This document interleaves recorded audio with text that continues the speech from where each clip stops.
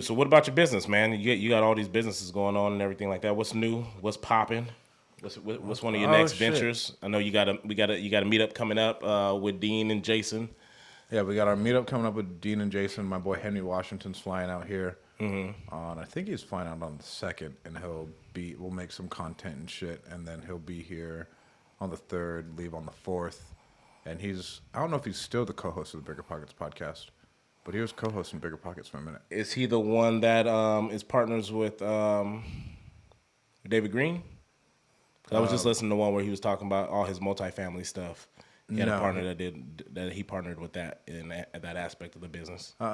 He's a black guy, and he was co-hosting it for a minute. And he said they were trying it out. I don't really listen to Bigger Pockets because I feel like I hear the same thing over and over again. I look at the titles. I look at the titles and see what's relevant to kind of where I am or something I may be interested in. I listen to it that way. That's what's hard about it. But he's coming out. I'm super excited for that. We'll make some content, have a dope meetup. Our goal is like 250 people. We're going to have drinks, food, beer. What? More beer. What? Whiskey. What?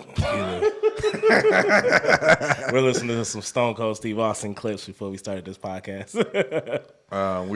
We did just lock up a storage facility in Baton Rouge. We're not doing a podcast next week. That's fine. So was that the one you were talking about with the follow-up?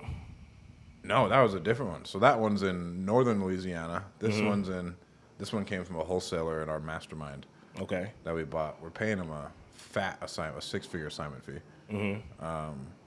And we'll fly out there Tuesday, come back Thursday, and then depending on that, I'll have to raise close to like $500,000. That'll be a push. How big is the facility? 10,000 square feet, and we should be able to take it, depending on how long we hold it, we can bring it to like $1 million. Okay. So we'll buy it at 5 and then give $5 with the assignment fee? Yeah, 5 with the nice. With the Congrats to that wholesaler, man. Right?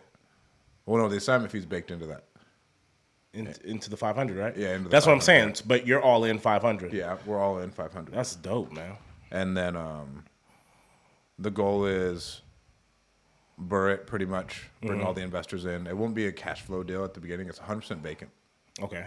So what we'll have to do is how the fuck does it get 100% vacant? It was a doctor who didn't know what they were doing. It wasn't able to get. Wasn't able to get one of them. So he developed it, and I don't know the whole story, but I could see it happening. Right, you develop it, you get it over your head, and you're like, fuck it. Oh, and he just sat on it at that point. And he just sat on it, and it's right across the street from a college, bro. Oh shit! People that need storage facilities. Right, people who need storage facilities. So that'll be really. I'm super excited about it. I think we can really drive those rates, and there's no other facilities for 5 miles, so you're your own competition. Yeah. When you have like pretty much a base of people who want to use you and need to use you, and then there's no one else for 5 miles. So right now, people need to use fucking storage facilities, but there's just not one anywhere near them. There's no one near them. Or like there's one, but like it's not. Exactly. And so you can kind of like command your rate, or you're going to drive 5 miles, or you can just kind of like drive over here.